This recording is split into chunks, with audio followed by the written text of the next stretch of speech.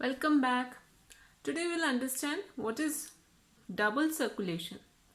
It is the passage of same blood twice through the heart in order to complete one cycle. Same blood is flowing twice, two times through the heart to complete one cycle. The components of double circulation are pulmonary circulation and systematic circulation.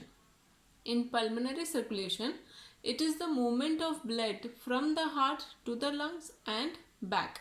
That is, from the heart, the deoxygenated blood goes to the lungs and the oxygenated blood from the lungs again comes back to the heart. That circulation is called as pulmonary circulation. Second, systematic circulation. It is the circulation of blood between heart and different parts of the body except lungs. From heart, the oxygenated blood goes to the body parts apart from the lungs, and from the body parts the deoxygenated blood again goes to the heart. So this type of circulation is called as systematic circulation. Here there are four chambered. This four chamber helps in separation of oxygenated and deoxygenated blood from mixing.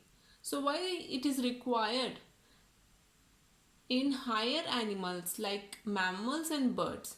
So why is it necessary to separate oxygenated and deoxygenated blood in mammals and birds?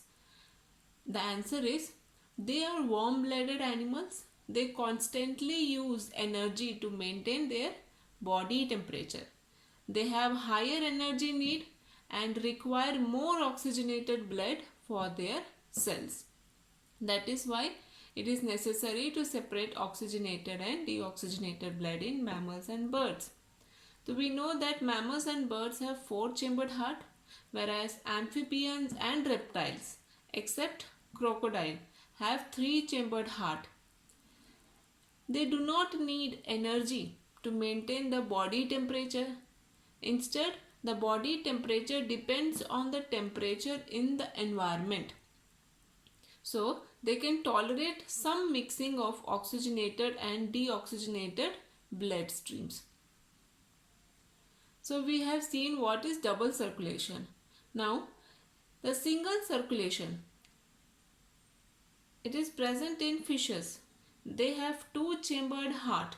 So, what is single circulation? The blood flows through the heart only once to complete one cycle.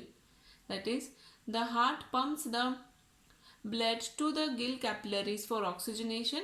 Then from the gill capillaries, the oxygenated blood flows to the body capillaries, and then again the blood is brought to the heart for getting the oxygenation. So this type of circulation where the blood flows through the heart only once to complete the one cycle, that is called as single circulation. Thank you.